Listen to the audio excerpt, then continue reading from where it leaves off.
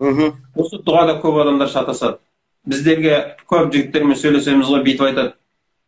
Намаз оқып жүрмін, дұға қыламын, бірақ дұғам қабыл болмай жатыр дейді. Кім айтты саған дұғаң қабыл болмай жатыр деп? Сол дұғам болмай жатыр, анау болмай жатыр, мынау болмай жатыр дегендерге бар ғой, жайлап отырып, қалай денсаулық қалай десең, денсаулыққа жалып жоқ, айырам ғой любойын, расына рас, талпана талпа, маған бәрібір дейді да, мысалы үшін. Олар мынау 12 мүшесі бүтін, денсаулығы мықтылығынша, олар нығмет, бұл Алланың бергені деп ойлап тұрған жоқ олар. Олар оны менсініп тұрған жоқ олар. Олар дүниені ойлап тұр ғой, дүние ойлап тұр ғой. Түсіндің ба? Ал не дейді? Дұға қылған адамдарға сүйінші болсын. Мына нәрсені айтайын. 100% дұғаңыз қабыл болады. Міне, қанша адам ертең қияметте сұрайсыздар ғой, жағамнан жармасарсыздар, мен осын бірақ айтам. Дәл сол кезде осы сөзім үшін жауап беремін. Сенімді болсын деп айтып жатырмын. Кімде-кім дұға қылса, мына екі нәрсеге мән берсін. Дұғаларын 100% қабыл болады. Біріншісі, шын ықыласпен дұға қылу. Шын ықыласпен дұға қылу. Бұл деген сөз, шын ықылас деген. Өзі бүйтіп қолын жайып отырып, я Алла, осы менің күнәларымды кешірші, дұғаларымды қабыл етші деп отырып, бірақ бүйтіп осы Нұрсұлтанның миллионның үстінде подписчигі бар, оның бәрін қанша жыл уақытта жинады екен, оның ішінде бәрі қазақ екен, өзбектер де бар ма екен деп отырса да. Не істеп отыр ол калькулятор ғой, оның жұмыс істеп жатыр, ол дұға қылып отқан жоқ. Шын дұға қылатын адам кім екенін білесің бе? Ол шын мұқтаж адам. Басыңа іс түседі ғой.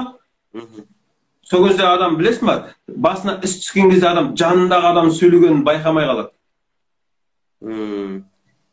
Шын ықыласымен сол нәрсені. Енді Құдай сақтасын, басына іс түскен адамдар мысалы сотталайын деп тұрса ше, кетейін деп тұр. Мысалы біреуді қағып кеттің, бір нәрсе болып қалды да, или болмаса бір үлкен жағдай болды, кеттің, жаңағы сағың салбырап бүйтіп тұрсын. Сол кезде кейбір адамдар жанынан сөйлейді ғой. Сен кейін бір түсінбедің, не дедің, сен сөйледің ба деп, сен аңғармай қаласың. Неге? Сенің өйткені миың сол нәрсемен занят. Кімде-кім Алла тағаладан шын ықыласымен бір нәрсе сұрап жатқан болатын болса, ол адам жан-жанын байқамайды. Біз бүйтеміз ғой, бүйтіп дұға қылып отырып, шыбын келіп қалса, көкке шыбынды ұрып, дұға қылып отырасың, телефон пыцың ете қалады ғой. Дұға қылып отырып, жайлап жаңағы деп WhatsApp-қа қарап қаласың, кім екен жазып жатқан. Бірақ сен не істеп жатсың? Сен негізі дұға қылып жатсың. Сөйтіп анау тағы WhatsApp-қа айтасың, мен дұғадамын, қазір өзім хабарласам деп жазасың ғой сен дағы. Ықылас қайда? Бір кісі Нұрсұлтан ұстазға шәкірт айтады, осы шын ықыласпен дұға жасау деген қандай дейді. Сонда жаңағы жанында бассейн тұрған болады. Ұстазы бассейнге түсіп тұрады, белден келетін жерден. Бергел дейді. Шақырады да жанына келіп, сүңгі дейді. Ана сүңгиді ғой. Сол кезде мойнынан басып ұстап қалады судың астында. Енді ана мейірімді ұстаз, ана жаман ойламайды ғой. Тор жіберетін жерде. Басын бүйтіп қалса, ана басып қояды. Бүйтіп қалса, ана басып. Одан бетер бір кезде бұрр ауасын шығарады. Сол кезде жаңағы қатты басып тұншық тұрады ғой. Сол кезде жаңағы шәкірт ұстазының аяғынан көтеріп тұрып, ұстазын лақтырып тұрып шығып кетеді ғой. Сосын айтады, не болды дейді. Ұстаз өлтірейін деп қойдыңыз ғой дейді да. Не ойладың дейді. Сол кезде өліп кетем ба деп ойладым да. Алла деп, Алла, мынау не істеп жатыр мынау деп, Алла көмектес маған деп, судың астында айқайлап жібердім дейді да. Сонда айтады, шын ықыласпен дұға деген осындай болады дейді. Біріншісі, кім-кім шын ықыласпен дұға қылса, екіншісі, шын сеніммен дұға қылса. Өзің ойлы, Алла тағала беруші зат па, құр қол қайтармай ма жайылған қолды? Біз оны бұлайша сөзбен сенеміз оған.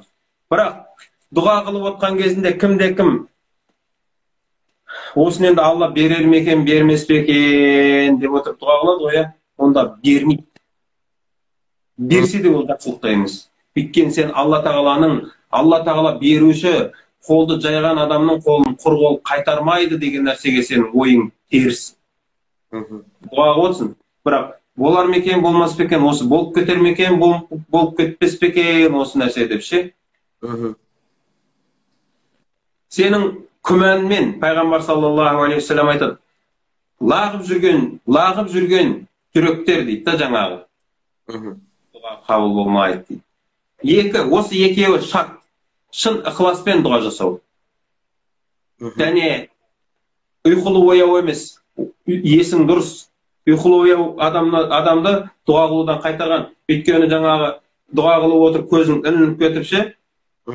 Микрофон, гитара, домбыра деп көп кетуі мүмкін да.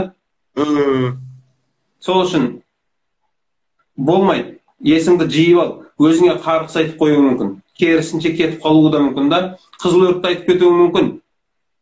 Сол үшін не істейсің? Ықыласпен дұға жасау, сеніммен дұға жасау. Осы екеуін дұрыс жасаған адамның дұғасы қабыл болады. Енді дұғаның 3 түрі бар, қабыл болатын. Сен мысалы үшін, Алла, маған Land Cruiser джип берші дедің, ертең обедте есік алдыңда Land Cruiser джип тұрмаса маған звондап жүрме, дұға қабыл болады дедің, жоқ қой мынау деп ше. Қара, Алла Тағала сенің сұрағаныңды береді, біріншісі. Жақсы ма? Сұрадың, берді, жақсы, Бірақ сенен сәл бақыттырақ біреу бар. Ол Алла Тағаладан ол да сұрады Land Cruiser'ді. Бірақ Алла Тағала оған Land Cruiser берген жоқ та, Алла Тағала оған келе жатқан бәлені қайтарды. Мынау дүниеде Land Cruiser'сіз өмір сүруге болады. Бірақ бәле басына келген адамға бұл өмір таршылық болады. Бұл өмірде бәлесі бар адамдар ше. Байқайсың ба, небір адамдар үлкен дүниеге жеткен кезінде, басына іс түскен кезінде не деп айтады? Бір-ақ ауыз сөз. Бүкілін берейін, мені құтқаршы деп айтады. Бұл сол ғана бұл. Біріншісі, дұғаң сұрағаныңды береді. Екіншісі, сұрағаныңды бермейді. Алла Тағала саған келе жатқан бәлені қайтарады. 12 мүшең бүтін ба? Қара, неше түрлі мүгедектер интернетте де жүр, басқа көріп тұрсың ғой. Мүмкін сенің дұғаңа Алла Тағала сол жақсылықты берген шығар. Ал біз айтамыз, что-то сұрағаным болмай жатыр дейміз. Енді үшіншісі бір бақытты адам бар, мына екеуінен бақыттырақ адам. Мынау дүниеде Нұрсұлтан өліп, тіріліп ше, біреуден қарыз алсаң да проблеманы шешесің. Бұл дүниеде шешілмейтін проблема жоқ. Бүкіл проблемалар шешіледі. Талай мына арамызда отыр ғой міне. Талай адам отыр қазір. Үлкен қауым отыр мына жерде. Талайының басында небір үлкен тірліктер. Олар осы мына мысалы қазір өнер адамдар отыр ғой мына көбісі ше. Осылардың талайларын айтайын. Басына іс түскен кезде ше бұлар. Осы ісім тынса, микрофонымды лақтырып жіберемін да ауылға барып қой кезек бағып жүрем тыныш. Ауылда мамамның жанында тезек шапеттеп отырам деп талай уәде берген. Бірақ тірлігі тынған кезінде кім тойлар бар ма деп қайттан шыққанда. Сондай пендеміз да, бірақ басыңа іс түскен кезінде ше, еш нәрсе керек болмай қалады. Бірақ өтіп кеткен кезінде не істейсің? Қайттан баяғыға салынасың. Сол басыңа келген бәлені қайтарады. Бірақ не істейміз? Бұл дүниедегі барлық нәрсе өтіп кетеді. Ең ақыры адам өліп құтылады ғой бұл дүниенің бәлесінен ше. Үшінші адам мынау. Қияметте сен өліп те құтыла алмайтын бір уақыт бар. Бұған мұсылмандар сенеді. Ана иманы әлсіздерді айта алмаймын. Анау әулие аралап жүргендер бар ғой. Оларды сенеді деп айта алмаймын олар. Әруақ қолдайды, өйтеді, бүйтеді деп жүргендер. Бұл шынымен анау Алладан үміті бар. Ақырет күніне сенетіндерге айтайық. Бұл қияметтің күнінде тозақ пен жәннат көрсетіліп, қайда барарыңды білмей, шашың ағарып тұрған кезде, сол кезде сенің сауап жағыңа бір амалдар салынады. Жәннаттық таразың басады дейді. Сонда Алла Тағала айтады екен: ей Нұрсұлтан, мынау дүниеде сен жасаған едің дұғаларды, мен саған бермеген едім. Сол дұғаларың осы жерде керек болатынын саған білгем. Міне сол дұғаларың қарыма, кір жәннатқа. Сонда кез келген мұсылман айтады екен: я Алла, сол дүниеде жасаған дұғаларымның бәрін осы дүниеге қалдырғаныңда еді деп. Осы үш түрімен дұға, бағана дұға қылып жатқандар, сіздің дұғаңыз 100% айтам, қабыл болады. Осы үшеуінің біреуі болады. Тек қана мына нәрселерге мән беріңіз, ықыласпен дұға қылыңыз, екіншісі сеніммен дұға қылыңыз. Үшіншісі, ол дұғаның ішінде рұқсат етілген дұғалар жасаңыз, біреуге қарғыс айтуға болмайды дұғаның ішінде. Мұсылмандарға кім болса ол болсын. Қараңыз, егер сіздің жек көріп тұрған адамыңыз тірі болса, ол кәпір болса да, я Алла, оған иман берші, оны мұсылман қылшы деп дұға қылуыңа болады. Ал егер ол өліп қалған болатын болса, егер ол кәпір болып өлген болса, оған енді дұға жасалмайды. Кәпірлерге дұға жасалмайды. Ал мұсылман болатын болса, оған жақсы дұға жасалады. Сонысын не дейді? Исламда дұға, қарғыс дұға жасаудан қайтарады, Азеке. Мынау менің ұстазым бар, ұстазымыз бәріміздің, еліміздің ұстазы ғой ол. Әбдіжаппар ұстазымыз бар ғой. Сол кісі керемет дұға жасайтын. Дұға жасаған кезінде тыңдап отырадымыз ғой қасында. Сонда айтады: "Я Алла, елімізге, мына мұсылмандарға зиян беріп жатқандар, қарасай не дейді? Біріншісі, мұсылмандарға зиян беріп жатқандарға тауфиқ, хидаят бер, иман бер, оларды тәубеге келіп тура жолға түсуін нәсіп ет" дейді. Міне пайғамбарлардың дұғасы осындай болған. Пайғамбар саллаллаху алейхи вассаламды Таифқа барған кезінде, ұрған кезінде: "Я Алла, мыналардың бәрін жермен жексен қылшы, мыналардың бәрін қырып тасташы шайтан әнелеттерді" деді ма?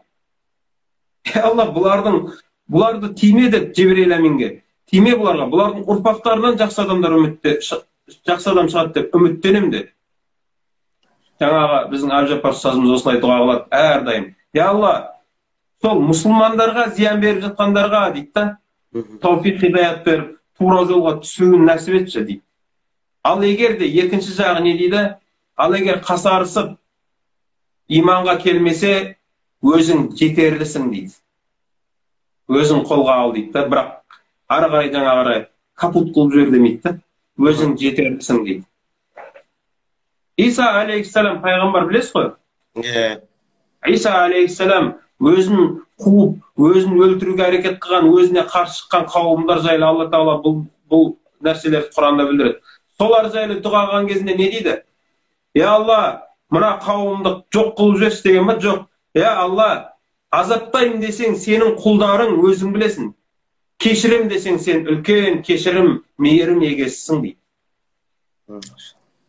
Алланың мейірімін кімнен тарыласың, кімнен қызғанасың? Алланың мейірімі бұл дүниеде бәріне беріліп жатыр, кәпіріне де, мұсылманына да. Біз де дәл солай. Бұл дүниеде кәпірлерге де, мұсылмандарға да Алла Тағала хидаят беріп, бұл дүниеден мұсылман болып өтуін нәсіп ет деп сұрауымыз керек. Бірақ өліп кеткеннен кейін мұсылмандарға дұға қыламыз. Ал имансыз кеткендерге әлбетте біз дұға қыла алмаймыз. Ол енді бірақ ол тағы басқа тақырып. Ол ана кейбіреулер жоқ біздегі намаз оқымайғандар имансыз деп. Ондай емес ол. Өзі мұсылман емеспін деп мойындаған адамдарды айтамыз имансыз деп. Мұсылманмын дегендерді ар жағындағы амалдарына қарама сен. Біз сен үшін жасамайды ғой амалдарды. Сол Қазеке. Дұға бірақ не болады? Дұға қабыл болады. Міндетті түрде қабыл болады.